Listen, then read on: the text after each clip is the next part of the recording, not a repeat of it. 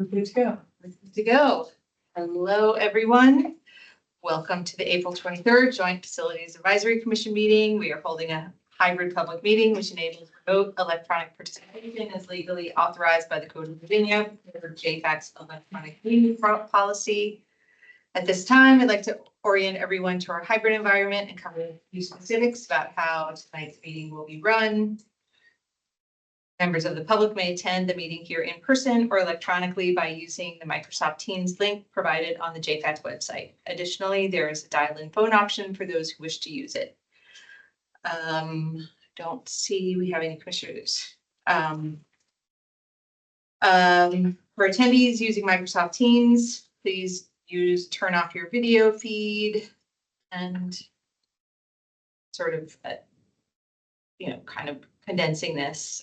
We will hold public comment periods at the beginning and end of the meeting. Those requesting to speak may do so during only one comment period and will be allotted up to 3 minutes to speak on tonight's agenda items. When virtual attendees are called upon to speak, you must unmute yourself. And lastly, this is a public forum. Today's meeting will be recorded and posted to the county website. All information associated with today's meeting, whether written or spoken, is subject to Freedom of Information Act requirements. So, welcome. There you go.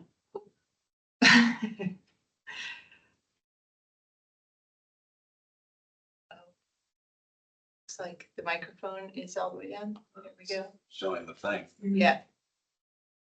Can you hear now, Bill? Spatial audio? I think this one's taking. Yeah. Yeah. You can call. Yeah, try calling. Let's see if April can hear us. Yeah. I did the yesterday for a team. Yeah. Hello, April. Can you hear us? Yep. Hello, Okay. guys. Good. Yeah, we have a quorum. Okay. Yay. Oh, all right. I'm going to use the dog here. Okay. Okay. So, welcome. I don't really have, much of a chairs update. We're still, we had a, this is my second to last meeting. I will be rolling off. My time is up in the end of next month. So, yeah, we're still in the process of working with our board liaisons to kind of figure out what next. Who are the board liaisons now? Susan Cunningham and Kathleen Clark for the school board. Oh, right. Yeah. Kathleen. And I think Kathleen is going to join us, I think virtually about 7:30, and Susan may come in person. We'll see. They both, I think Kathleen had 3 meetings between 5 and 8 this evening. In that bill. So that's about it for public comment. For the chair's update. Is there any public comment for the beginning of the meeting? Okay, then moving on. We have You'll hear us now? Bill. Can you hear us now? I can message him. So we have 2 meeting minutes that we have yeah. not approved. Okay, great. You can hear us. Yes, okay, thank you. Good. The approval minutes from, was that our January 29th. Is there a lack of a- April 2nd. Yeah, farm though, last thing. Yeah, so, yeah. Yeah, from our January meeting, we had meeting minutes. Yes. And then from last meeting, we have meeting minutes. So can we move just to approve them both? Yeah, Yeah. Sure, second. Oh, yeah. okay. All in favor of approving the minutes? Aye. Any opposed? No. Okay. That's well, great. Some action. Right away. All right. Perfect. Work your stuff. We get stuff done here at JFAC. That's right. Great. Fine. All right. Oh, April, did you have a vote on the approving the minutes? Yes, she said yes. Okay, good. Okay, so our agenda for this evening, and I'll just say, that it's kind of leading into for the next two meetings. So this evening, I wanted to just kind of go over, have a discussion about our research into joint use facilities. Is there anything specific that we want to bring to the attention of our boards? Because ideally what I want to do is write a letter, kind of saying what our main overview is and, we did this research, this is what we saw. We also, got the presentation from the county staff and this on the demographics and the school board staff on the student enrollment at our last meeting. So I'd like to I think there's some overlap between those two. So, so what this evening is just to kind of go through and have a, what you guys think were highlights on your research, what do we want to do? So that's what our agenda is for this evening. So this evening is a discussion to kind of gather feedback, gather some, main takeaways, commonalities, kind of identified, like demographic needs or thoughts about the demographic information, sort of main takeaways. And then if we have some recommendations, what they would be. And then over the next month, I'll kind of try to put a draft together that I will share with you guys before the meeting. And then at our next meeting, we'll go through that, edit the draft, approve it, and then, Cool. and then I'll send it in. And then When is the next meeting? May. It is May 28th. Jump up that one. That's your last meeting, huh? Oh, I know I'm out of town. Yeah, or, sorry. Where you're, The Keys going scuba diving. are you going diving? Yeah, my oldest two and I are learning to scuba dive with the Boy Scouts or Scouts. Wow. nice. Bloody dog. Missing school. That's my. It's with the tent, like we're in the Keys, but it's camping. So Are you certified? I am, yeah. Oh, wow. Nice. It's fun. Okay, Anyway, sorry. so, but you can, do some editing. You can be on Teams. I will give you feedback. Okay. You All I right. highly doubt I will be. You get a So, team. That's true. So, I'm joking. unfortunately, so just a refresher, I mean, I did send out some information. Right. Before the meeting. But just a refresher, our joint youth research projects were the East Harlem Center for Living and Learning. That was the one that Wells and Alex did. That was the one up in Harlem. Right. That was joint elementary school with public housing. The Hector Godinez High School, that was Brian and Diana.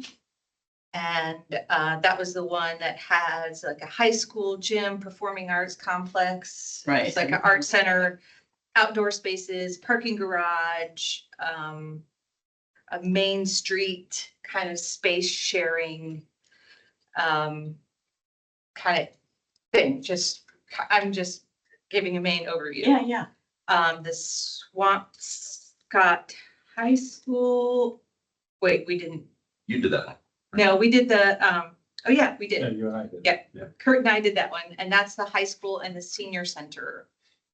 It had a coffee bar, and it, was responding to changing demographics, growing senior population in Swampscott High School. In Swampscott, Mass. And then the Deanwood Community Center, that's what you and,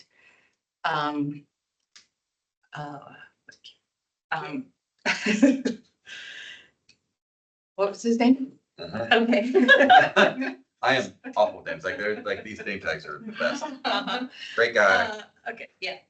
But that was And then the Hartford Community Great guy. Schools, that you and. Oh, Claire, yes. Oh, That you and Claire worked on. So those were our joint projects. And then, you know, the guiding questions we had were describe the project, where is it? Is the facility's location relevant to Arlington in availability of land or in reused or existing building? What are joint uses within the facility? How are they relevant to challenges in the community? And then we looked into funding a little bit because funding is a real issue right now in Arlington and APS. So, how is joint funding decided? Are there grants or public-private partnerships involved? well, that's all sort of. Yeah. Yeah. Okay. Yeah, I mean, so I'm just gonna go through. We Yeah, can- it's fine. I mean, if you, how have these joint uses addressed community needs? What kind of agreements are these jurisdictions utilizing to manage the joint facilities? What challenges, if any, have these jurisdictions encountered with these joint use facilities? Have there been measurable successes and other interesting findings? And then I also shared just a couple of links about kind of joint use overview and I mean, I guess one of the issues that came out was that nobody really had the time we weren't able to go speak to a lot of people. It was really just what was gleaned from websites and articles. And right.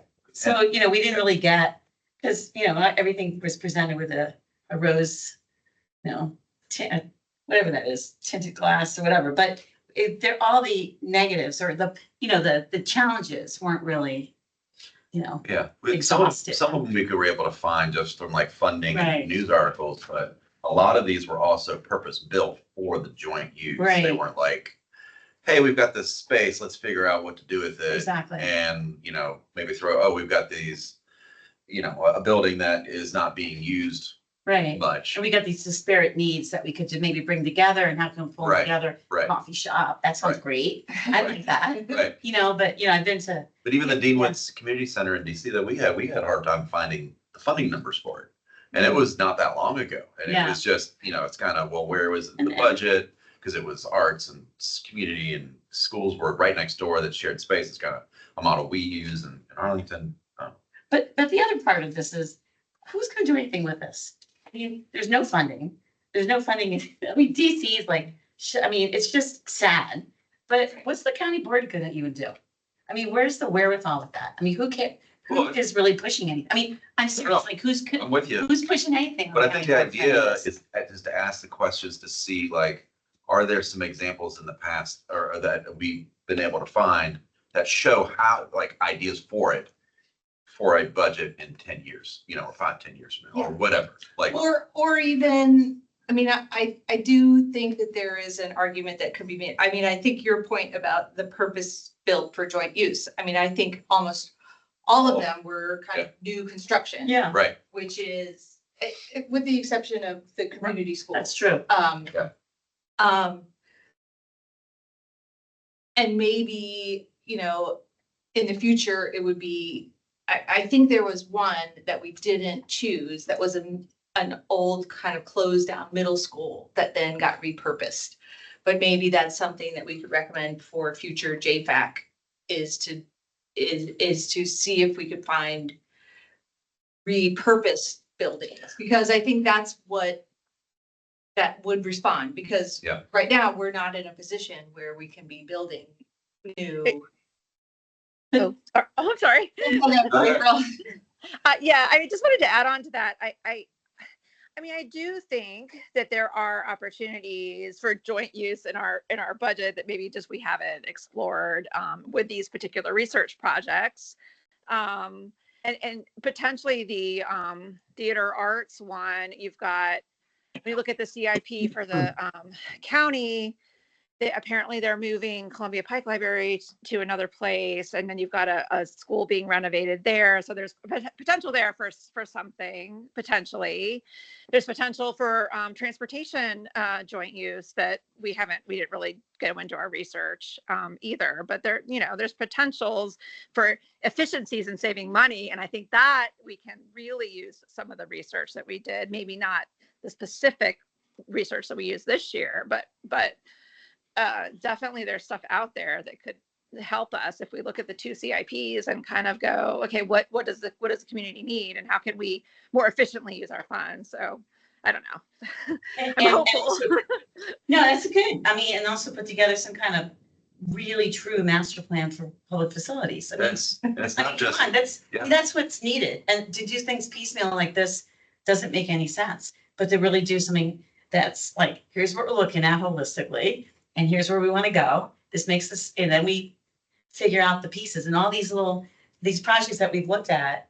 But that to me is I mean, that's the need. I mean, you can't just, or just take Right. one project and say, Okay, county board, we really want this.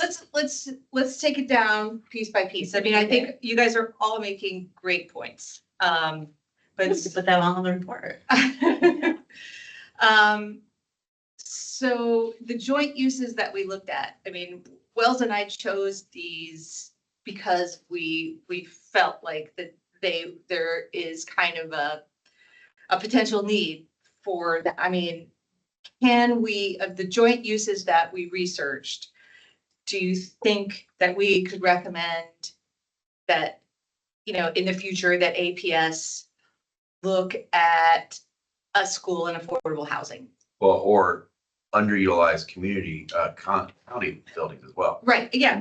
It's Been public facilities. We always see- over time have always tried to focus on public schools because they have a lot of buildings. Right. But there are a lot of public facilities in the county that are not used. Yeah, Or underutilized, yeah. that could be Right. made into other things or joint use. So, It's not good. just- It needs to go both ways. So Mike. that's all good, but also I like the one that with the seniors.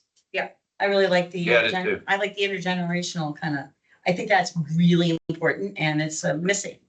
yeah. And I think when we look at, and this is, well, we can talk about the demographics, but our senior demographic is the one that's growing. It's Right fine now. because DC is such a great place to, I mean, well, it was. I mean, Right, it is, but yeah, but our senior demographic It is is. the one that's growing. So having, kind of, that was very relevant to our research at the Swampscott Sure. High School, is that kind of having senior centers or places for seniors to gather, have meals, have a health clinic.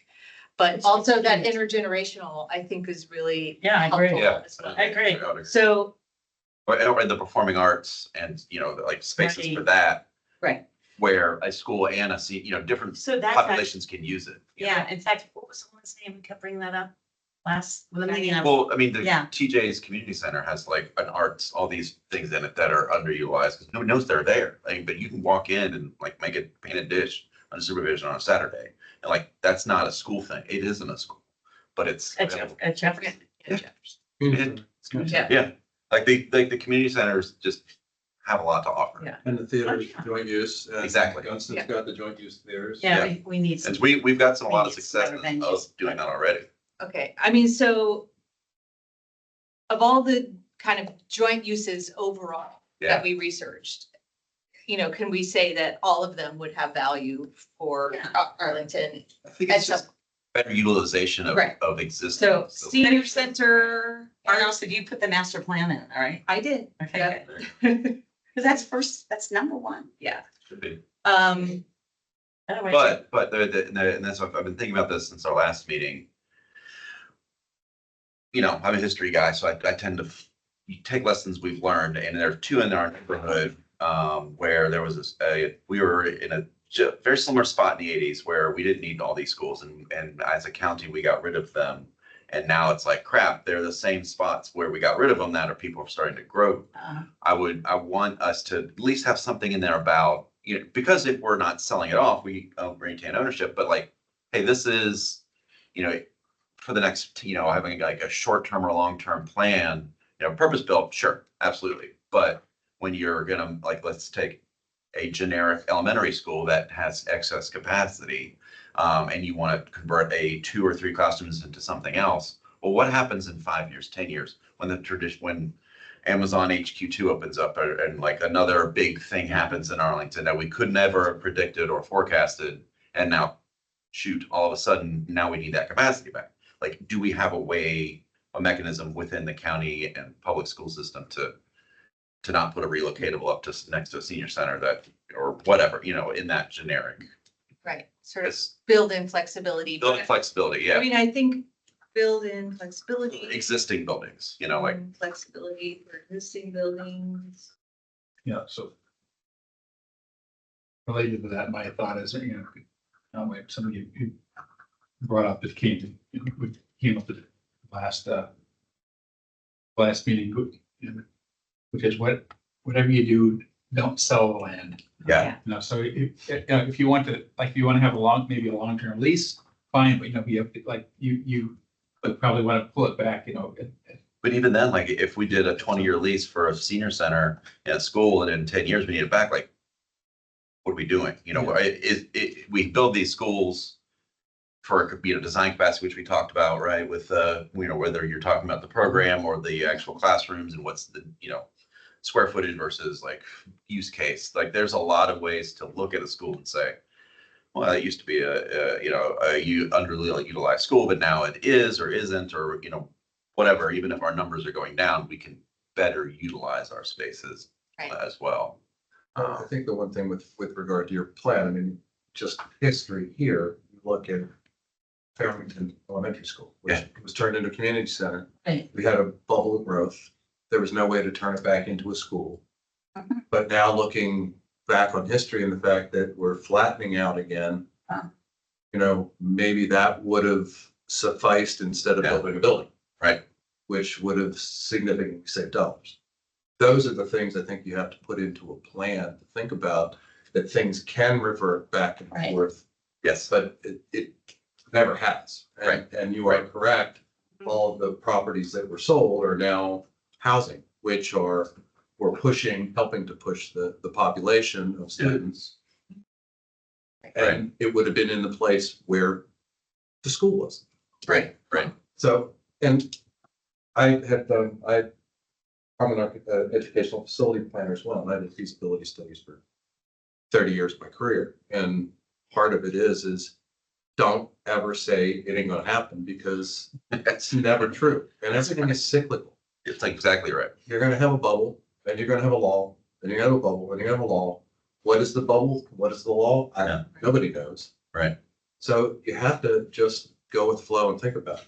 And in the 90s, 2000s, everybody was looking at joint use facilities all over the country.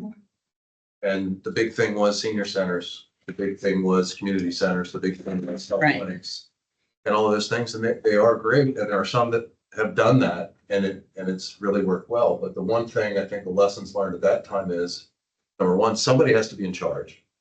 Otherwise it fails. Yeah. And number two, there has to be a true need. So they had to really identify what is the need. And is there a champion that's going to help define that Okay, and make sure that it that makes sense. Yeah, well, it does. I mean, but that was all history. I was Yeah. very involved in those. I was in New York Uh-huh. City, a shopping mall in California. It was turned into a school, a district office, and some of the businesses stayed and they became training places for kids. Like the haircutters had to continue their lease. They had to assign 2 chairs to students, et cetera, et cetera. I mean, those things. And the other thing doing in California is, big thing they're doing in California is teacher housing, Yeah. I like that. The part of compensation. Mhm. Look, Where in so California were you?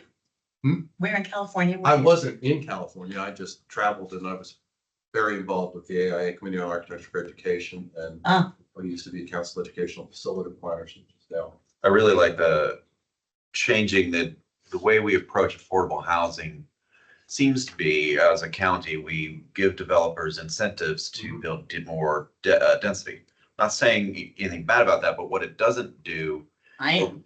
Well, okay, Yeah. but what I will say though is that there's no incentive for community growth. Like you're not breaking the cycle of giving someone a possibility of owning part of that building. I agree. Or, having, building 10 townhouses wherever, just some random spot. Well, instead of making them all affordable housing and renting them to them and using county dollars, that never stops. Give that a FHA loan or subsidized loan through the county so that the new person is a homeowner Right. and like establishes roots and like now they've got a sense of community and family. They're not just renting an apartment in a high rise, which No, is I totally completely agree. different, Sarah. Well, like teacher housing. And that's the That's teachers, true missing middle housing. 100%. Exactly. Yeah. Firefighter I mean, housing. right. But that's good. I mean, that was something that, the East Harlem Center for Yes, Teaching and Learning absolutely. kind of did, and it was really through 'Cause it was- public-private partnerships.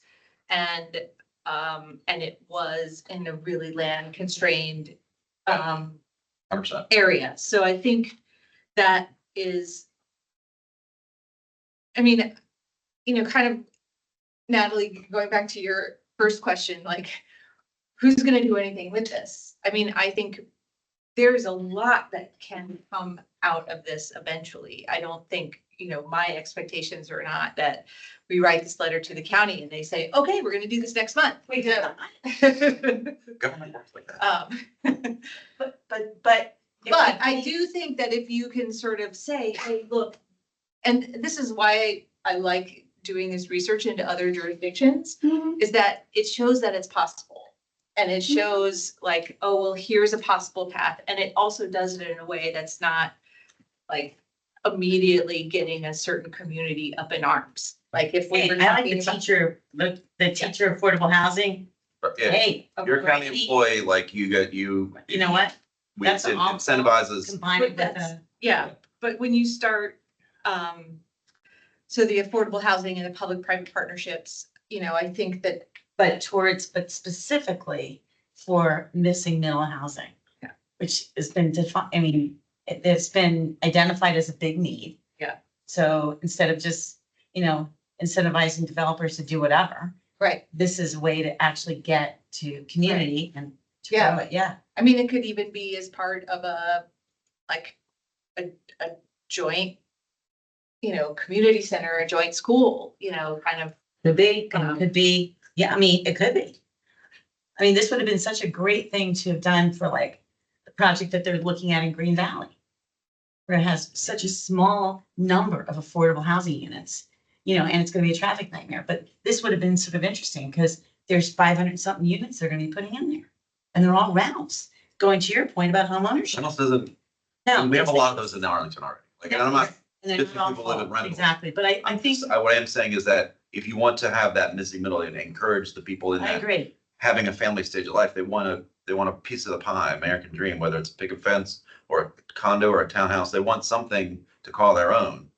And you want something scaled, so Yeah. the community Right. is happy with it. That's right. And in that there's a situation where community was open to something. Yeah. But they didn't scale it. But I do think your point about the, teacher, housing would be great. Police or firefighters. Right. Put it down there. That's another idea. Okay, I am. I mean, one of the things that was interesting to me when I started doing research into joint uses was the idea of joint use agreements.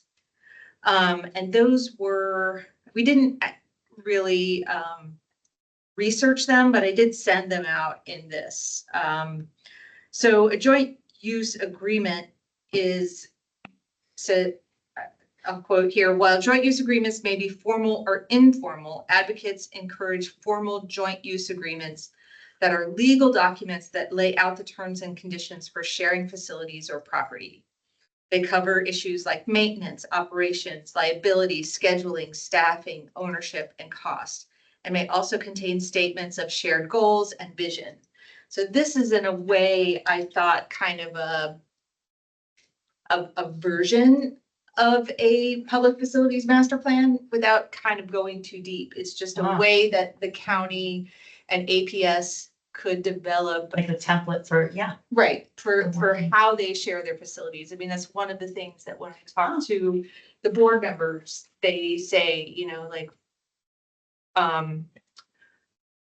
It was you know, so Susan kind of would, you know, has said like that, you know, the library will sometimes get a really big author to come and it's too big, that author is too big for their library auditorium or any library auditorium. And so they asked to use the school auditorium, but there's like renting the school auditorium is really challenging. And I guess, you know, they, So wait, this is just go back, an author is coming to a civic association or to the school, to the the library, library down here? the public library. And Which is central, Sponsoring. right, the central. Yeah, sponsoring an author, you know, they have author talks, Right, yeah. but there's a big enough author that, Right, if they outgrow that auditorium. right, and so they couldn't rent from W&L just across the street. Because it was busy or they just wouldn't. There's barriers when you have these, you know, Right, freedoms, right? you know, so there's, That's just so stupid. so, Maybe it doesn't mean it Right, happen. I'm you know, just- so, I you just know, think that's ridiculous. I mean, that's but- one of the things that I found really, really interesting about the project that Brian and Diana looked at was that they had a system, it was like, I can't remember what it was called. It was some kind of online reservation system that Right. managed That's the, true. I do the remember field that. space and the Yeah. public facilities and. That's just, though, all those silos just need to be broken down anyway. I mean, Right. that's just ridiculous. And that's something we should be saying here because Yes, it makes no sense. I mean, I've been in the auditorium for, Central Library, like we all have.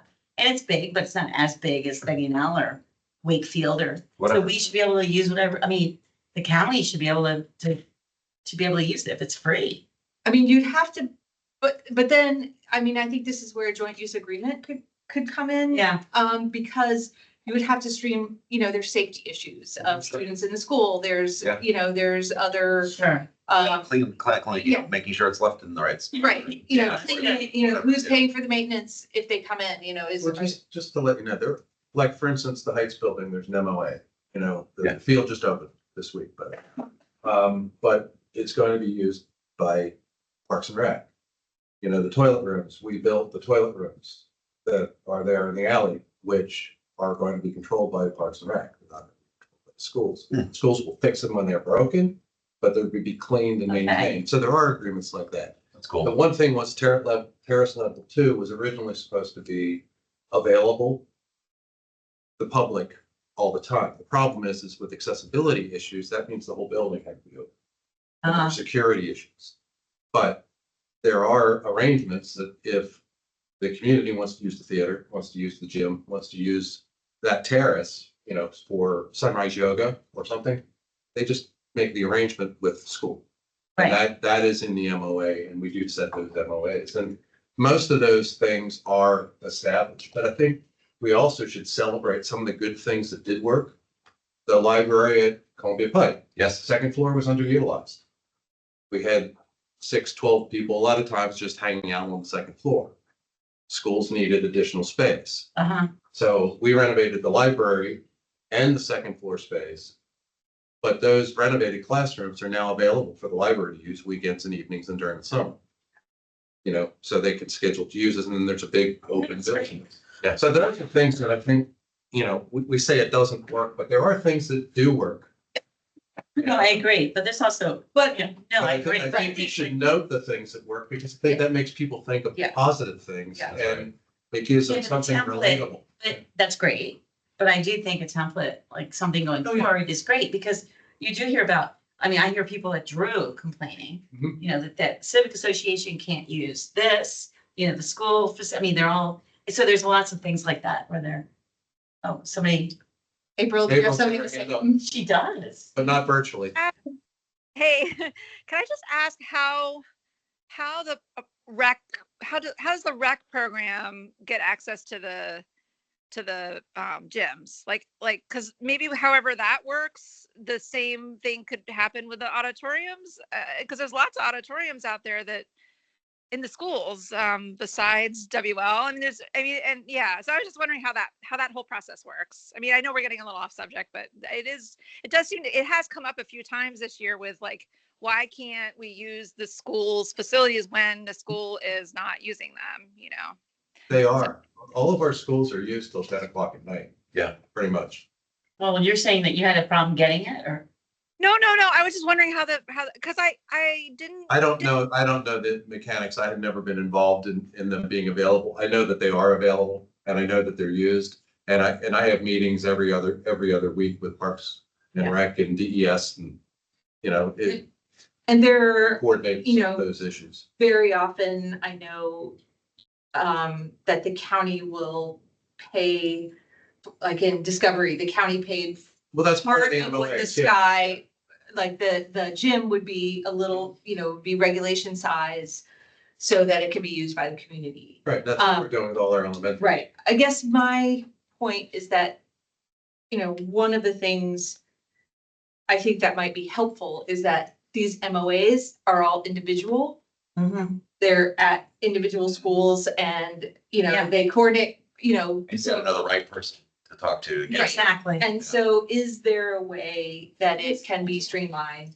I think it is more than most people. But we don't know. I don't know that. I Right. don't know the mechanics. Right. It doesn't, from anecdotally, what we Mhm. hear from from communities, People. from community people at Drew or from, the anecdote about the It's not that library, it's not like it's to- just, I think having a, kind of not individualized MOAs, but actually joint use agreement where these I think it's a things good idea.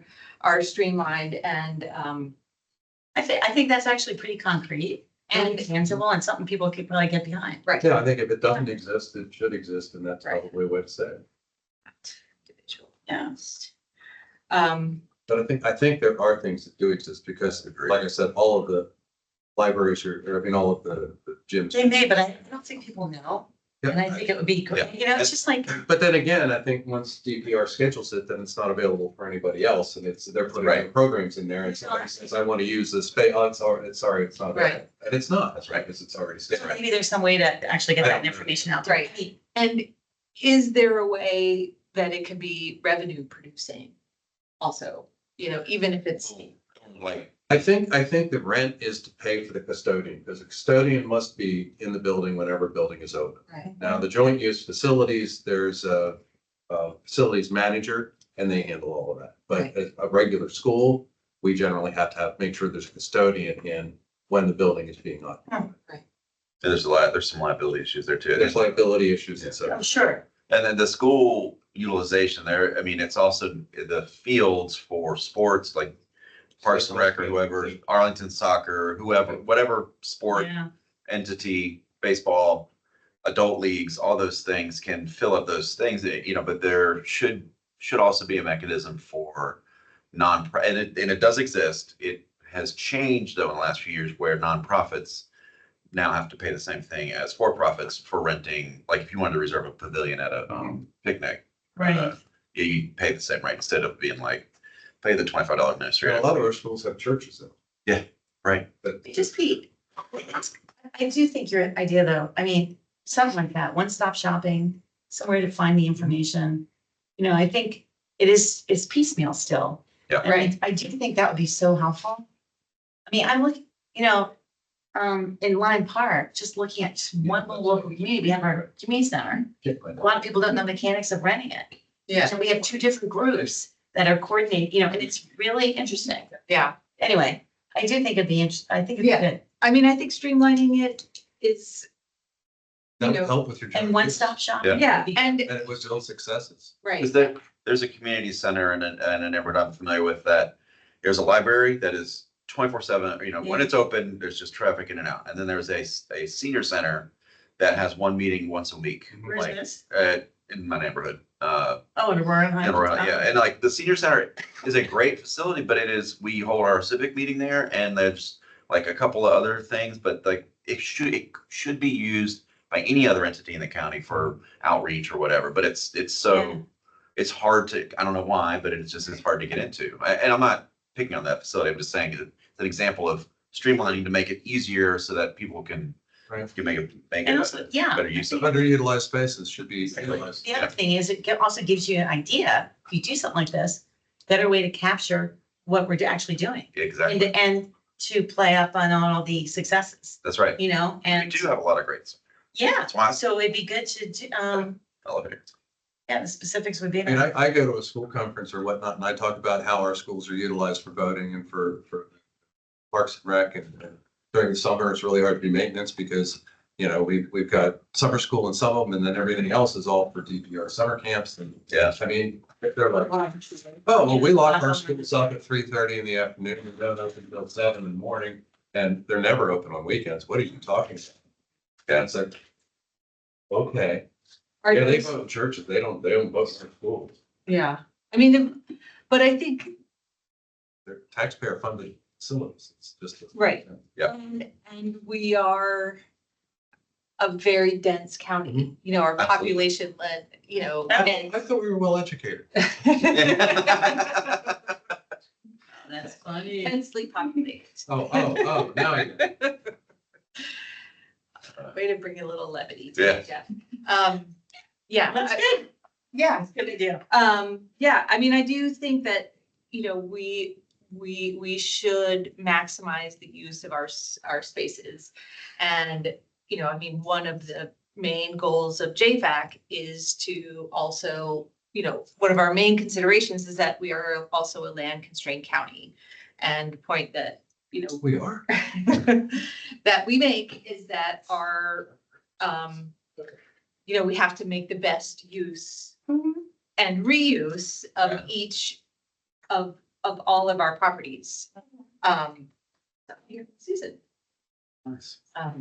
Yeah, no, that's a good idea. And so, I mean, and so in that sense as well, I think we also have to consider within our planning, is where the populations are that have the need. You know, so, Right. you know, Jeff was talking about kind of defining the need, you know, in order for joint use to be successful, it has to. Hello, Susan. Welcome. We're in the middle of. Yeah, please keep going. Well, and I mean, and where are we seeing development occur? You know, where do we have huge population centers with needs, and where are they? Right. Where's Right. the development going? Right. You know, it's, Yeah, Let's- where is that? And so, but there's different kinds of needs as well. There are, you know, kind of the needs of, you know, so there's school needs, there's a need for a fire station.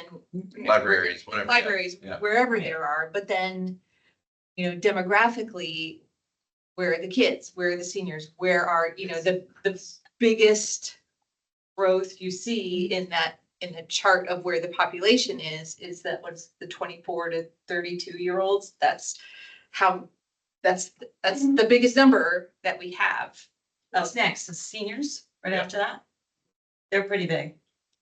Um, So this is, so now we're on a different, because we just finished the, That's like Jeff said, that's now. There's gonna Right. be a lull in a bubble.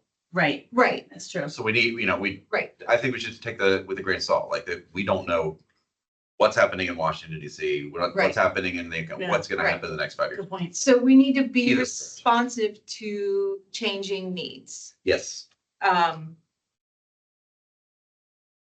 You know, in the same way to changing. Are we pretty, I mean, are we gonna be this is gonna be. I think all we're of helping this? Stacy draft and Yeah, like I see her scribbling good ideas down. So Because I'm the like. one we just had is probably the most concrete, the one about streamlining all that. Yeah, yeah. Yeah. Stacey's gonna condense this into. I'm gonna try. Thank you, Stacey. I'm gonna- Perfect. Good times coming up. So we need to be responsive to changing needs, and that changing needs could be, you know, 10 years ago, we were seeing, you know, easy enrollment growth. Now now we're looking at, you know, kind of declining growth. You know, especially at our 0 to Steady. 4-year-olds. I mean, that, you know, we Right. still have some bigger cohorts moving through the system. Yeah. But when you look at our 0 to 4-year-olds, that number is declining. And that we addressed this last meeting. I apologize exactly what was said, but it wasn't that a nationwide trend? I believe they said that. Yeah. That's why, that's why they want to, Northeast is worse. Right. Yeah. that's why they want to incentivize more kids. Anyway, I got that following, later. yes. But there are also needs like that, like the community center, the community schools could potentially meet, like the post-COVID decline in test scores. The absentee rate, could a community school, could kind of a joint use community school help address those needs? Could having a parent and health center in a couple of our schools help, engage parents and engage a community, offer a bigger place so then the community is involved, and then that help, kind of, so our needs are not just sort of demographic, but our needs are changing, and now we're looking at, a new need may be our federal employees that. That's a good point. Actually, that's a really good, that's a good one to put down there. Well, and that, we sort of scratched the Especially- surface on having nonprofits utilize spaces more easily than just other county or school entities. But what about, we've talked about public-private partnerships and the ever-present need, even with, lower numbers of daycare. We have a school room that's not being utilized to capacity. Okay, 2-year lease, 3 lease, whatever, we sponsor a daycare that someone pay, it's a public-private partnership. You use our facility and someone runs it for it as a daycare. And so now little Johnny's sister is, they're in diapers hanging out and using the playground when the other kids aren't using it. It's still a classroom, it's already built for that kind of space. Maybe and I'm using schools after saying out loud, let's look at the whole county too. Like, Right. I'm sure there's other public-private things that, Right. center that Yeah. can be used, like a school at night, like Jeff was saying, can be used for other facilities. Maybe there's something during the day when people are at school and work that could be used. Right. I mean, that was one of the interesting things about the DC Community Center Yeah, that Yeah. And why I recommended it to you. And because DC had a childcare initiative and they put childcare centers in community centers and health centers in schools and community centers. Yeah, no, it's great. Um, I mean, hey, why not? it's fabulous. Do that. I really like the federal worker thing. Cause that's, I mean, we don't that's even- now, but that would be interesting in terms of job training, something. Something. Yeah, and Yeah, to tie into right. Thinking about a bunch of stuff. What's that? I was just saying, and to tie into our demographic report we got last time, they were saying it was difficult to keep Head Start classrooms going. So the whole idea of having a classroom that you could rent out to a childcare, like a preschool, that kind of ties into that idea of the Head Start classrooms not being able to be filled. And I don't know, just as a note. That's good. Okay. Changing the world here. It's gonna be good. I have a general point, on some of the things we examined, one thing I noticed was that a lot of them took quite a long time to build. And, so if you're going to be responsive, but speed is obviously important, and Arlington is not as slow as California is. That might agree. But Yes. there's still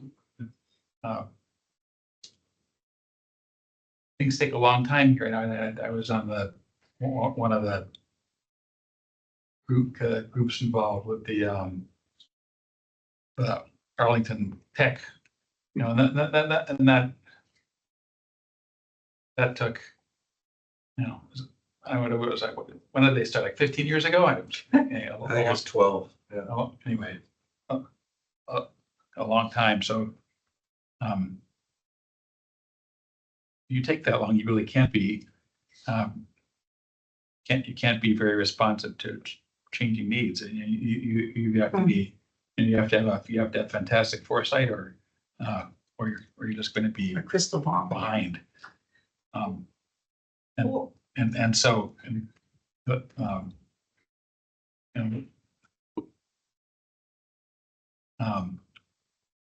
thinking about how to speed up, both like new and reused facilities, is worthwhile, but I do not, I did not have any, Confidence. outstanding suggestions about how to do that. I have a couple of thoughts. One would be to make sure, I mean, this is something that was always hammered home with me in facilities, is build in flexibility in spaces. Build a space that's not so specific that you can't go change it in a couple of years when you need to. Build something that, if you need to, say, for example, or create, come up with an idea that you could take a school like, one of our existing elementary schools, and without having to go through and, redesign every school, come up with a new replan or go through a new BLPC process, but say, okay, we have, just for example, 4 classrooms that we're not using. Let's convert those to a healthcare center, or a senior center or something. So then what you would do is just kind of figure out a way that's very simply and cost efficiently blocked off that, maybe just created one exterior door and, blocked off those buildings from it. I'm just sort of. Work with zoning. Yeah. Yeah. Streamline zoning, this is, that's one of the things that we used to, because time is also money. And the longer it take, this is another thing we used to talk about in the FAC, is that, we used to say it takes 5 years to build a school, and that 5 years costs us an extra $10 million in extra bond debt and extra, and just extra time and extra planning and extra community, so, we used to say, let's try to build a school in 4 years instead of 5. Or having the flex space. Right. Where you Or need a school's year. Or even, so time is money. So that's where the flexibility is really important. Also, the other thing that I was thinking is, what if you do have a joint use agreement? That kind of streamlines these things, where, where the county and the schools, there is kind of a standard agreement, so that every time this needs to be done, We're not reinventing the wheel. you're not reinventing the wheel. It's talked about, right? Right. Yeah, exactly. It's good. It's the new, it kind of, it streamlines it and makes it go faster. You'd still have community input, you would still be responding to things, but you, as Kurt aptly pointed out, you do need to respond to these things, because if it takes you 5 years to, to finish a school or put in a joint use, you're behind the need of the community. It's a good idea. Have you guys seen any examples where jurisdictions did sort of shorter term pilots, to try? Because I think a lot of the challenges, we know there'll be more kids eventually, right? And so, and I think in the 80s, we got rid of some schools which we hadn't gotten rid of. So, and likewise on, we have Elko senior centers that aren't fully utilized all the time too. Like, are there some examples? Yeah, some of them are overused, right? But are there some examples? It's our schools. Some are underutilized. some Yeah, are exactly. They're in the wrong place, they're in the right place. Yeah. Where the And, kids, where the seniors. right, that idea of the public-private, it doesn't have to be forever. Like, can you say, for 3 years? Yeah. We're gonna take examples, if you can build it in 6 months, if you We can. kind of talked about that earlier. Did you? The Yeah. flexibility, Yeah. The fact that it has to, unlike Fairlington, which we could have used those 400 seats. Yeah, When we had the bubble coming through and then we could have turned it back over, but Mhm. how does that work? But it was never thought about when that was. that was sold for already $1. given over. It was already, Yeah. There was no. But it's not a bad, but it's a good idea. to I think mean, about the a pilot. thing is JFAC has transformed the world. No, like the conversations now happen, and it's true that. But, We- that's but what your, we can but put in your now. point is, Stacy brought this up earlier about the streamlining Yeah. and the one, some template, one-stop shopping, that kind of, well, whatever. But doing it on a pilot basis and seeing if it works Yeah, with a template, so that, without a. 'cause but you have to be able to don't convert have back. Yeah. yeah, And this. But it's like a use this- permit. We pretty much come up with a template for a use permit. Yeah. yeah. and Our this- MOAs, when we do with them, are generally pretty much. That's fine. Well, I mean, but something along these lines, and it's like a precursor to what should be a facility master plan kind of thing. But I think in lieu of it, sort of this whole kind of bigger, kind of more amalgamous idea of a public facilities master plan, which everybody sort of like, well, what does that mean? Like, what do you mean you're gonna take my community center? I think this idea of a joint use agreement that is kind of more streamlined and just an agreement that allows for these flexible spaces to move quickly. And it's not about a plan for 10, how are we going to use this one site 10 years from now, but how are we going to respond to the needs of the community in a way that is also responsive to our budget constraints or opportunities, and where are we going to, kind of move, where are the needs in the community? Like where, there are probably more needs for health centers in a certain part of Arlington. There's probably more need for senior centers Whatever. in a certain part of Arlington. There's probably more need for Schools in some places.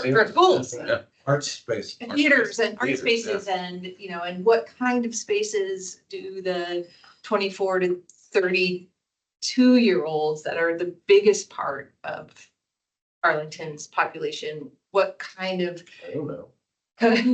community Commercial. needs do they need? Is it theaters? Is it dog parks? Is it, kind of in Gardens. April? Okay, April.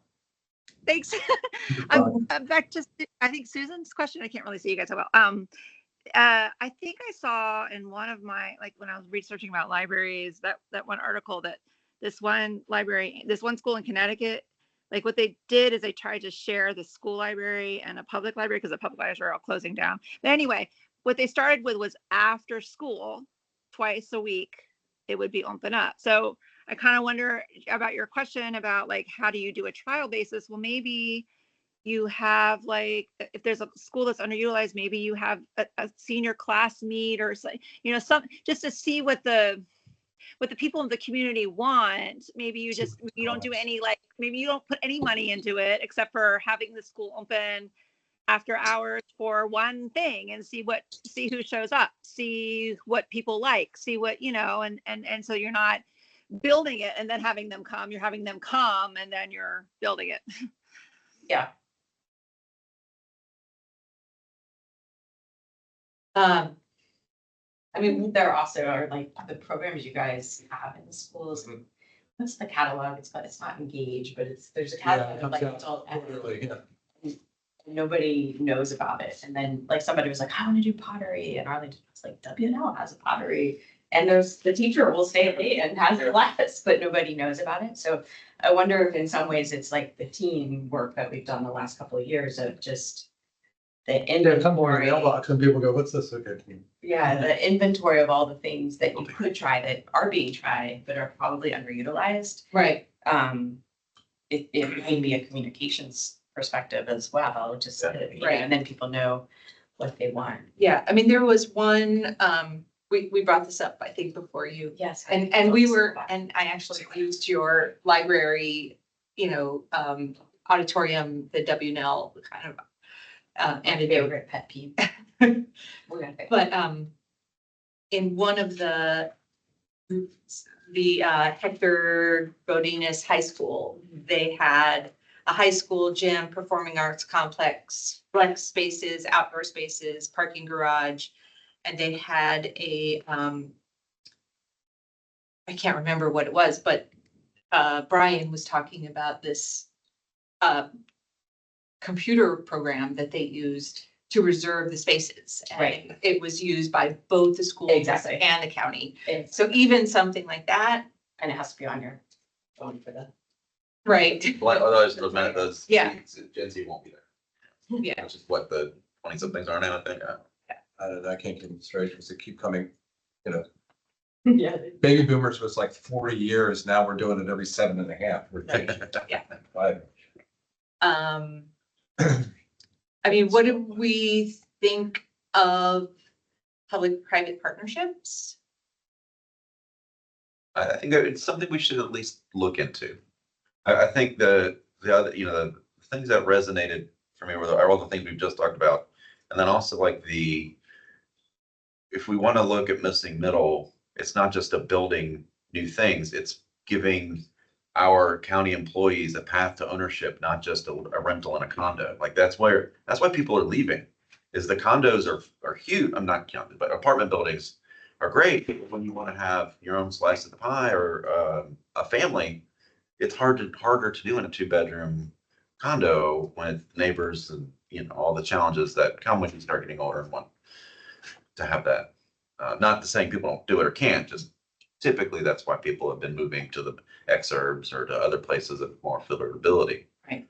But so let's encourage our teachers and firefighters and policemen and public servants and county staff or whoever, like if you are, you're doing great things for our county, we want you to live, work and play here, not just work here, I mean, I think also the public-private partnerships, I mean, the only one that we looked at in our research was the Harlem Oh, yeah. one. That's the only one that I remember had. And that one had a lot of private funding that helped build it. But I think I shared it with you in an email, but, I remember, I think I saw that one presented. It was also complex to put together. yeah, So, right, because you have a partnership, then you have to have the agreement of both partners, and so it takes Right. longer. yeah. But there was an elementary school in Roanoke, Virginia that friends with a delegate down there, and he helped put it was a new build of an elementary school, but he partnered with Carillion, which is the hospital, the main healthcare provider, hospital center in the Roanoke Valley. And they actually provided funding to build the health center within the elementary school. Cool. So, even kind of for these joint use partnerships, it doesn't have to just be a joint use. I think it's worth exploring private partnerships with, outside of just the county, because if APS's budget is constrained, the county's budget is constrained as well. So if we have these spaces and we have we have joint uses identified, even getting private funding might kind of,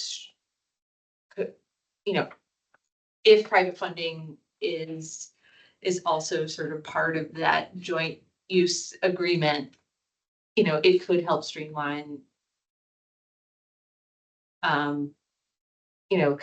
but figuring that out, I think it is worth exploring, because if what's holding you back from a need is funding, then exploring public-private partnerships might be helpful. Yeah. Or, even if it's, putting a public-private partnership need in an empty office space building, that.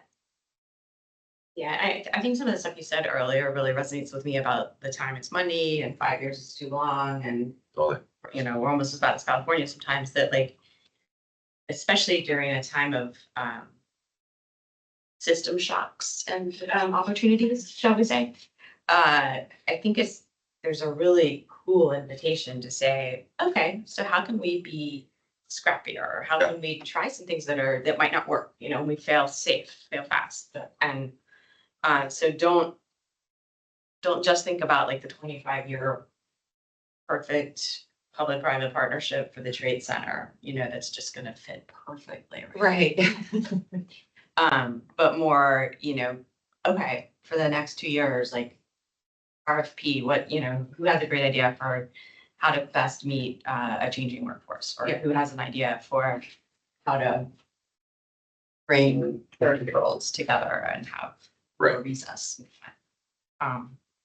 But like almost just like practice doing more. And then that helps for Jeff and me to get our organizations to be like, see, it wasn't that bad. It wasn't that hard. Just did that in Yeah. 24 months or Right. 18 months. And like now we just have this agreement. And I would say that It's- arts is one of the groups that is, arts and libraries are your Yes. stays, arts, libraries and recreation sometimes, but like they're scrappy. They're used to being scrappy. They've had to be. So Wait, let you- them lead the way. You mentioned arts and it kind of reminded me of West Asheville and the River District 20 years ago Yeah. was just cheap and all the artists moved in, Yeah. made it cool. Everybody came back, like we have a lot of underutilized spaces where, maybe we try, if we had an underutilized space, it could be an artist studio, like have all these galleries, make it cheap rent, give a good place to someone, a place to have that, space to create, it attracts development, attracts all sorts of fun things. Yeah, and embracing Arlington arts, artists alliance. Yeah. The bones of that are ready, and so, yeah, like, go. In fact, there's like a placemaking initiative right now. That some of those ideas are, I think there were like 15 entries for the 2 grants that we have. Nice. So maybe those will have some. Right. Yeah, one of the things, I like the idea of kind of being scrappy and looking, kind of I think that's one thing that we could recommend is just say, don't wait, kind of identify some real needs that we have. Also identify opportunities. What are some of the opportunities we have in Arlington? Is it some space in elementary, space in our schools? Is it space in our community centers? Is it, how can we, even the vacant office space? Yeah. That could be looked at as an opportunity as well. I didn't actually read the article, but I saw Carl now that a developer is tearing down an office building and building I saw that. today. apartments. Yeah. So You'll see a lot of this. To try to save the garages. Save the construction. Yeah. Basically, where Arlington Community High School is, it's just. Yeah. That's where that housing is. right. I catch that part. But I do like the idea of kind of looking, and I think, I think as far as JFAC goes, kind of reiterating flexibility, reiterating that time's money, reiterating that we have to make the best use of our existing, best use or reuse of our existing facilities. And respond to needs in the community and Mhm. be able to be responsive. I think flexible, for when, not if, when those needs change. Right. Yeah. That never happened. Right. Definitely experienced that. Yeah. I never would have thought I know. 8 years ago that I would be sitting here saying we have space in our schools. Never. I remember lots of conversations in fact meetings with you going, wait, no, we need a school here. No, we need a school here. We need a school. Everyone just like had all their ideas about where a new school needed to be done, let alone all the other county demands that were being placed on Right. straining the system Yeah, between firefighting, police, libraries, well, all the things, right. arts. Yeah, and we do need, what, and again, that goes back to, like co-locating facilities. I think that you have to also look at the changes and how you're looking, and we're in the process, our planning department's looking at how we're actually utilizing these schools. And we have different programs now than we've ever had. And there are programs that are using a full-size classroom for 6 kids. Yeah. Just because that's what the program is and that's what it requires. But when you look at the capacity of the building, or how we've always historically calculated, 23.33 kids in a classroom. Yeah, but that classroom's only got 6, that classroom's only got 8. So you need this, so on paper, it looks like you've got all these extra spaces and you really don't. Because you can only put those 6 kids in there or those 8 kids. Right. But I think that also begs the question of, as our programs change and the needs of the community change, you're fitting those 6 kids in a classroom because those are the units you have. Well, no, it's because that's what it takes. Right, but is it with those 6 kids, I don't know which programs it's about, but like, It's would like they you be don't better have- served in a smaller space adjacent to a park or adjacent to a library, or, They for all of their equipment, so that's the medical need. if it's an 800 square foot room that, and you put 8 kids in there, they need, 100 square foot per kid. It's amazing to me. It's stuff that we never dealt with. And like I said, I've been an education facility planner for 30 some years. It used to be in an elementary school, it was like 25 kids in a classroom. You got resource rooms, which are half the size, and you have 6 or 8 kids in there that are breakout kids. But now we have full-time classrooms that have 6 kids or 8 kids, depending on the program. That's like, okay.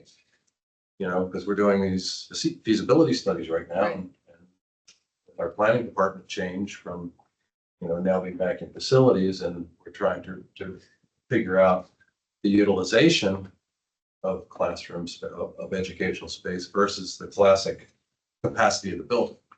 Right, So what is really right? So we're trying to sort that out too. And it's not even an exercise in, let's justify something. No, it's like, It's changing. we're trying to figure it The out. units have changed. right. The units, I mean, it seems like something like that would also need to be nimble, would also need to be flexible. but schools have always been nimble. That's what we've been doing. Since I've been doing school, 2 decades, that you always want to make the classroom be nimble. But it's not just nimble for classrooms, it's nimble for whatever it needs to be used. And for years, people tried, the Career Center, for instance, has those movable walls, but the walls don't move. And now we don't have the parts to move them, and we don't really have the instructions on how to move them. So they tear them down and put up drywall, which is easier to move than the movable wall systems. Right. That's interesting. So I mean, Yeah. it's that kind of, and you pay a lot of money to be flexible, so you aren't, it's just like, Right. when we do a school now, we aren't putting a lot of folding walls in. We're putting drywall Yeah, with a bulkhead. So if they want to make that room a full-size classroom, instead of the 2 halves, we just knock the wall out. We didn't even put electricity in that wall. It makes more sense right. That makes does make sense. more sense. Yeah. and a lot cheaper. So, anyway. But I think you really do have to look at how the agreements work. And I remember, like I was talking about the 90s and 2000s, when people were looking at all the joint use stuff. And it was, somebody has to be in charge, and you have to have an agreement that works, that has somebody in charge. And a true need. Right. And who's the champion? Right. But it does say, by articulating responsibilities and protocols, joint use agreements facilitate smoother operations and relationships. Help partners anticipate and avoid pitfalls and ease resolutions of conflicts that do arise. And we've seen that happen. We've seen our MOAs and our leases have actually fixed that. And I've talked before you got about here, that the library at Columbia Pike. It's underutilized. Yeah. We needed classroom space. We renovated it. We use it for classrooms during the school day. Library can use it at night. And we even, the Lots. elevator. Yeah. is you just close the door and elevators for the library only. During school day, close the door, it's only for the school. Yeah. I mean, if there's, I think kind of having an easy way to do that may streamline, you know, But- some of the, And I think the security things that have changed in the past 6 years, 5 years, 4 years are continuing to change. right, Have really made it more difficult for the joint use stuff during a school day. True. yeah, And then 5 years ago, there was the white paper that was done with regard to public library versus school library and why they cannot be interviewed. You know, the library and school librarians jointly put together with that. It was interesting, though, that the Swampscott High School, the senior center that we researched, Mhm. that they were within the same building, but separate, you know, they had a separate entrance, That's right. but they shared a parking lot and had, but the intergenerational exchanges were really valuable for each of us. It seemed Specific program. yeah, that seemed to be a positive for the community. Also, just my little thing here that says joint use strategies can help cut costs for municipalities and school districts, create opportunities for physical activity. And I do think these are from the early 200s, the 2000. Serve, it says growing population of senior citizens and facilitate intergenerational connections and strengthen families in poverty. I mean, I think kind of looking at sort of more targeted, you know, community school or health centers in school or parental support systems in schools, you know, and thinking about where those are needed, kind of utilizing facilities that we have. I mean, that's the other thing about Arlington is that we're limited in space. And whenever there was school growth, it never happened evenly spread out. You know, it was, and when we're looking at, you know, kind of where the schools are declining, it's also not evenly spread out. We have some schools that are still growing, like because they're on the opposite side of 395 and there's only one school over there, and that's where there's a lot of growth happening. And it's hard to, you know, move kids away from a walk zone for Oak Ridge and over to Abingdon or Hop in Boston, or, you know, it makes it tricky. And so, you know, the same with community centers, like our land, you know, our public facilities are where they are. So how can we also make the best use of them and respond to needs where they are? Yeah, right. And respond to needs where they are. And I think that also takes some forethought and also some courage, you know, to say, okay, well, we really, you know, we have this extra space up in Jamestown for a childcare center, but like, we don't really need a childcare center, but like, what do we need, and what can we sort of swap, or, you know, where, and I think kind of making the best use of our public facility where they are, responding to needs, creating flexibility, you know, not only in the spaces, but also in kind of the pilot programs. You know, if we're using pilot programs or responding to public-private partnerships, or, you know, I think we are, you know, how can we use our tax dollars, you know, to make Arlington a really attractive place to live for teachers, for firefighters, for, you know, I mean, one of the things that teachers said at, you know, that I've heard teachers say is, you know, having childcare centers for teachers would be a big benefit. So Okay, is there anything else, that we, wanted to cover? We wanted to talk about, anything in the demographics or the student enrollment?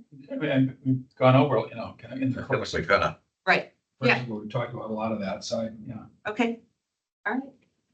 Well, April, do you have anything that you would like to add? And if anybody thinks of anything, within the next couple weeks, let me know. I'll try to put a draft together. Right now, what I'm hearing, what we want to recommend. Well, I mean, I think Yeah. is, one of the things that JFAC could do next steps, is kind of look for pilots, look for kind of streamlined pilot programs. And also one thing that came up before you got here was kind of look at examples of repurposed buildings. yeah, Because everything that we looked at was new construction. And is there an example of repurposed buildings that? because if one of the goals is to be fiscally responsible, it's not a zero sum game. If you repurpose a building for X, there's still a cost. Maybe it's Mhm. cheaper to build new. We don't know. But, Right. there's also a lot of like, when you repurpose something, what is the opportunity cost? And are there other feasible options Right. across the board, not just, for anything? Right. Or repurposing, I'm even thinking like a repurposed part of a Yeah. school, Right, like that's right. take a couple of classrooms and make a childcare center or healthcare. Well, you do have an example, Fairmont. Yeah. As I say, we've done Arlington, we've done Gunston, we've Mhm. done TJ, That's we've done Madison, sort of. But each of those, even just remembering their stories and how they grew up, I And think. even the library, Columbia Pike Library. Yeah. All of those stories are repurposing an That is existing very- facility, yeah. Yeah. And then you have the fields next to parks and schools that are county, like our Yorktown football field, like that's on, right? Part. Yeah. Oh, and that's gonna continue to happen. I mean, when you start looking Yeah, at, the study we're doing at TJ. Mhm. Schools owns the land that the building is on. But all the land around it is owned by the county. So any change that we make there, whether it's an addition or what's replacement or, right, it has to be worked out. Right. And I think that there is a partnership that's been there, and I think since I've been here, I've been trying to, and we've done things like the stormwater, we tried to do complete streets together, but because the Small step. agreement wasn't there, it fell apart. But, the whole point is that it's the same taxpayers' dollars, and we need to find a way to not compete, but to cooperate. And I think we've been trying to do that. And again, that's one of the reasons why every other week we have that meeting. So we work with ISD and, all the folks in the county, because it's important. And that's what leads to some of that joint use. I think there's another item to put there is schools and county need to continue to cooperate, because when I got here, there wasn't cooperation. I was gonna say, I mean, we've come so far in 10 years, it's like. 2016. Eric Goschel vision to have stuff like this, like. Got me I mean, excited. it's, I mean, your point earlier to talk about what is working, Mhm. I will say absolutely in the last couple of years, I mean, in my experience, It's a day from like 2012. right, I mean, it has come so far, but I also,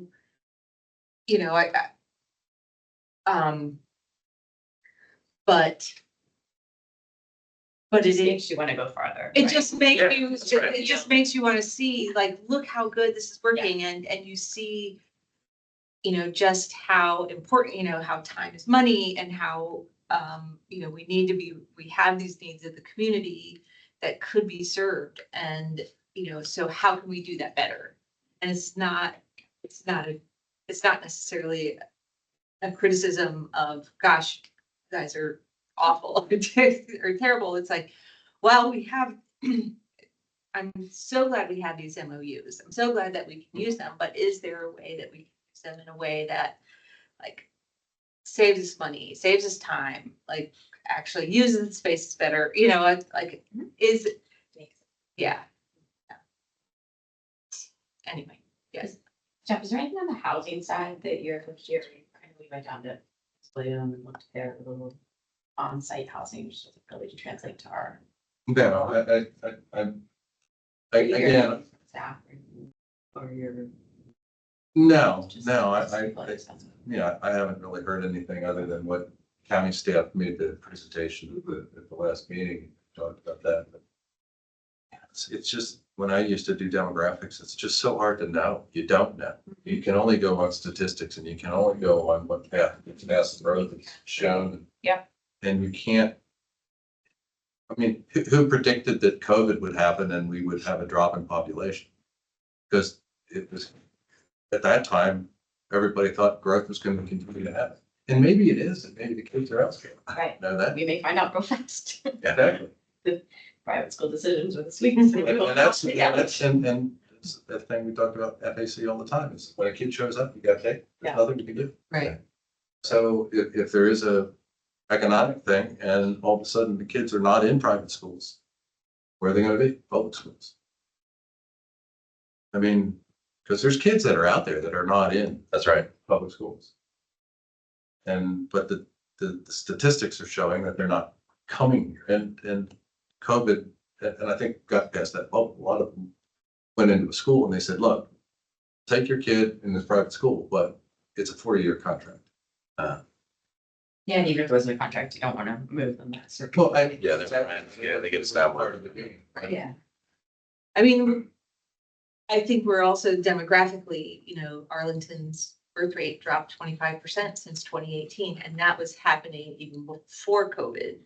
So, and that is actually, you know, coincides with nationwide, But worldwide. who knows what the movement's going to be? And, you know, when these people who are building these mega mansions with 5 bedrooms, you know, 3 crafts rooms, 1 master bath and a guest room. What are they on? Huge. What's that? You Yeah, well, pay exactly. for it now. Well, no, these are all empty nesters that are building these houses. It's one of the things that somebody was saying, but Yeah. eventually they're going to say, you know what?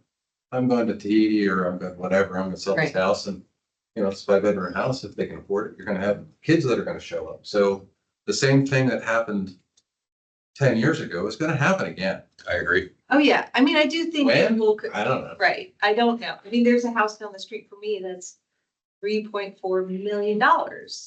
And that's like. Oh, really? Yeah, give me that address. I'm going to get it. Go check it out, Jeff, but like,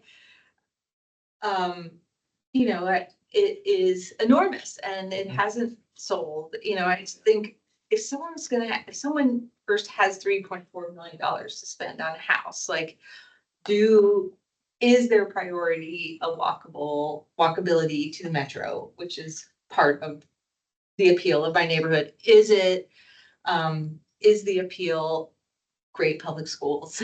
Is the appeal walkability to restaurants, the parks and bars and again, that's what my neighborhood was when we moved there in 2000. Parks and bars, that's why you were there. Yeah, parks and bars. Well, not so much when we came with our 1 and 3-year-olds, but but that is Okay. yeah. Anyway, that is No, the walkability I mean, is huge. I right, mean, whatever and your thing is. how it, you know, and 10 years ago, the house next door on one side of me was 1.3 million. Last year it was 2.4.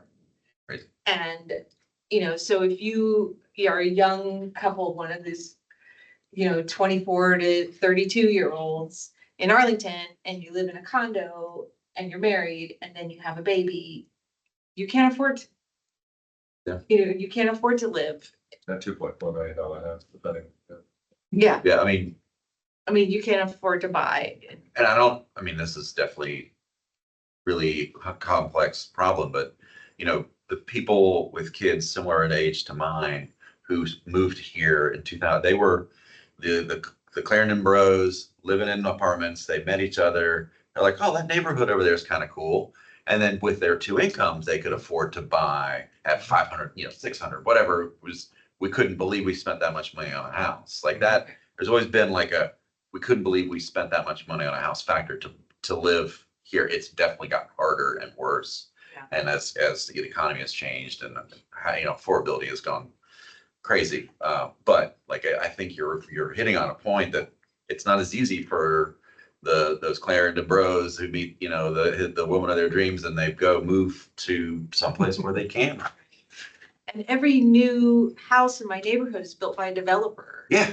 Not, Spec housing. right, not by Somebody who bought the lot. somebody who bought the lot and is building a house for their family to Right. live there, so, I mean, I do think it will change at some point. I don't know what's gonna, Yeah. how and when it will change but I think that, planning for change, planning for adaptability, and collaboration between the county and APS on our public facilities, which are all taxpayer funded, is really, in a land constrained county, is really, really critical. Why we're here. So, Amen. all right, on that note, I think we can adjourn. Oh, do we have any, Kathleen Kath- joined, hi, just so Kathleen. just so she doesn't think that we're running away. No, it's totally fine. I'm Oh, so really? sorry. Not- I Meeting? I thought I had 3 meetings. I had 4. So Gosh. I had one more that I had to hit, and so it took me a while to get back. I love nights like that.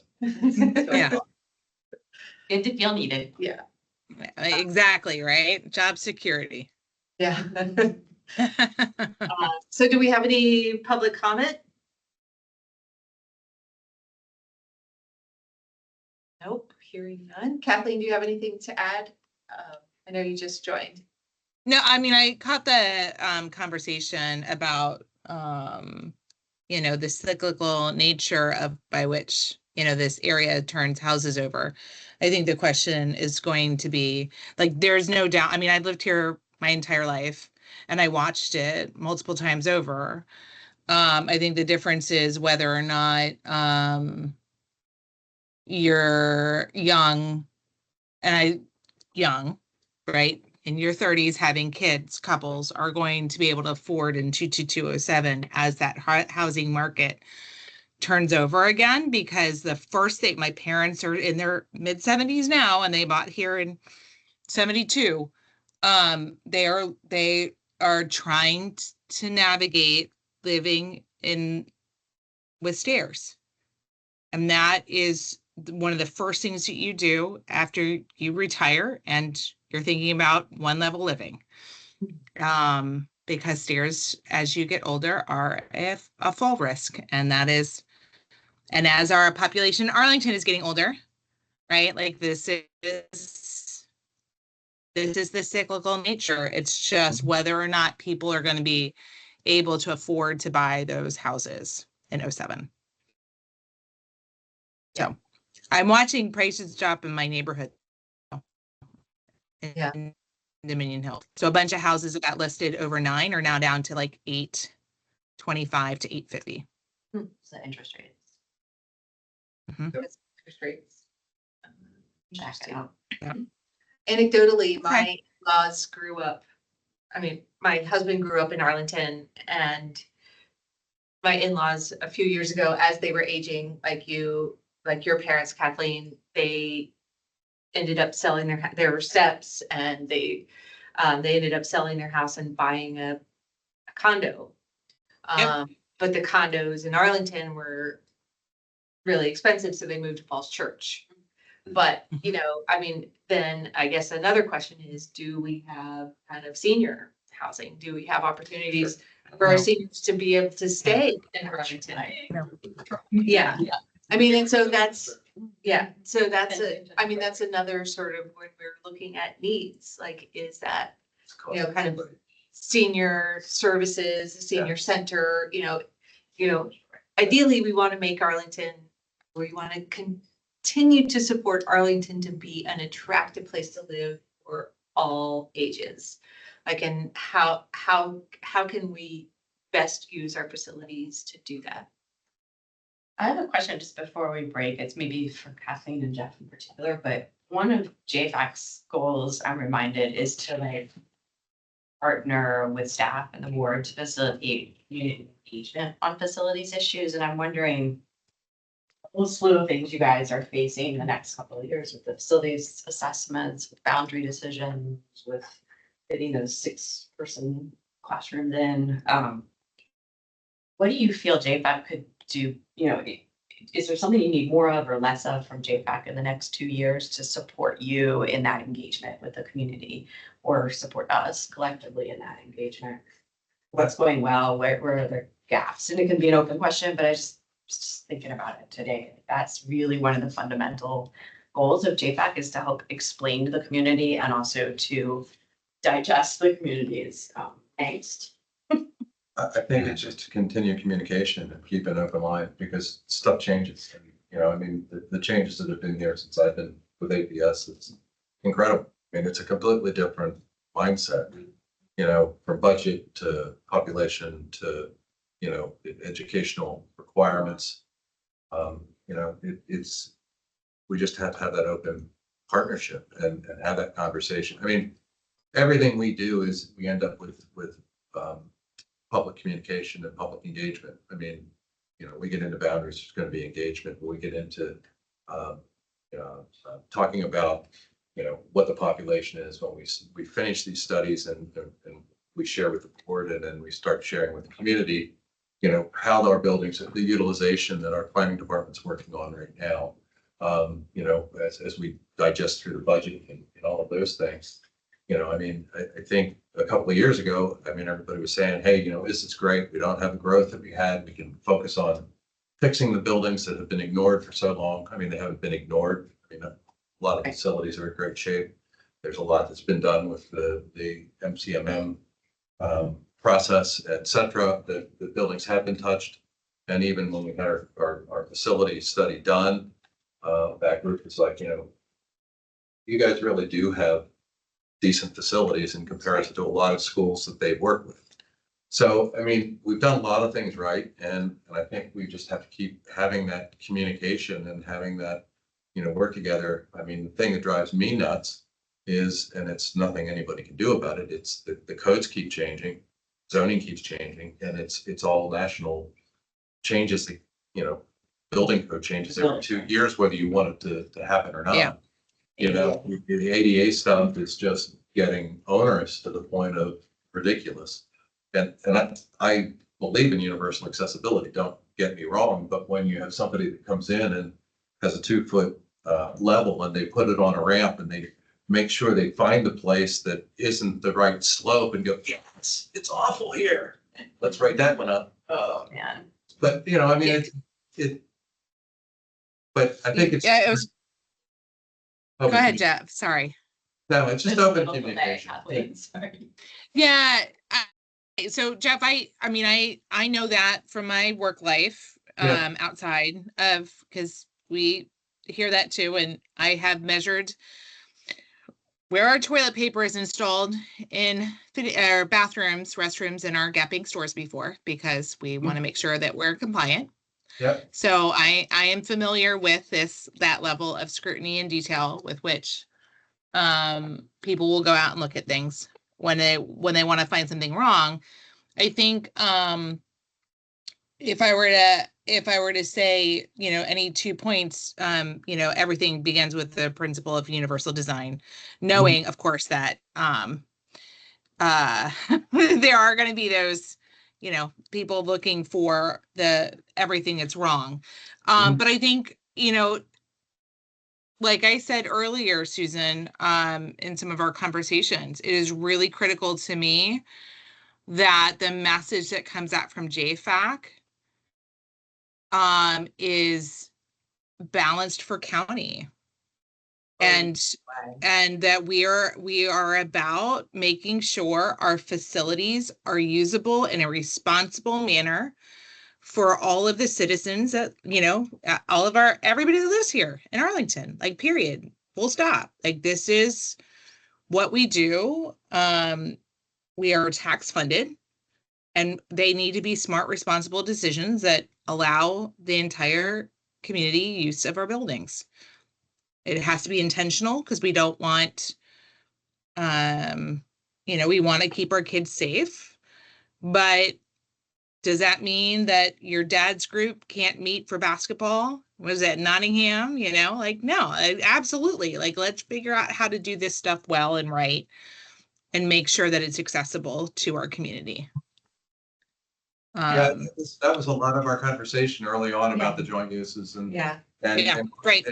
And you missed the one comment that I made is whenever I go to conferences and whatnot, and I talk about our schools being open from 7 o'clock in the morning until 10 o'clock at night, people are like, what? We lock ours up at 3:30 and they're never open till 7 the next morning. We just use it for, you let the community in your building? Your land is cheap. Yeah. Yeah.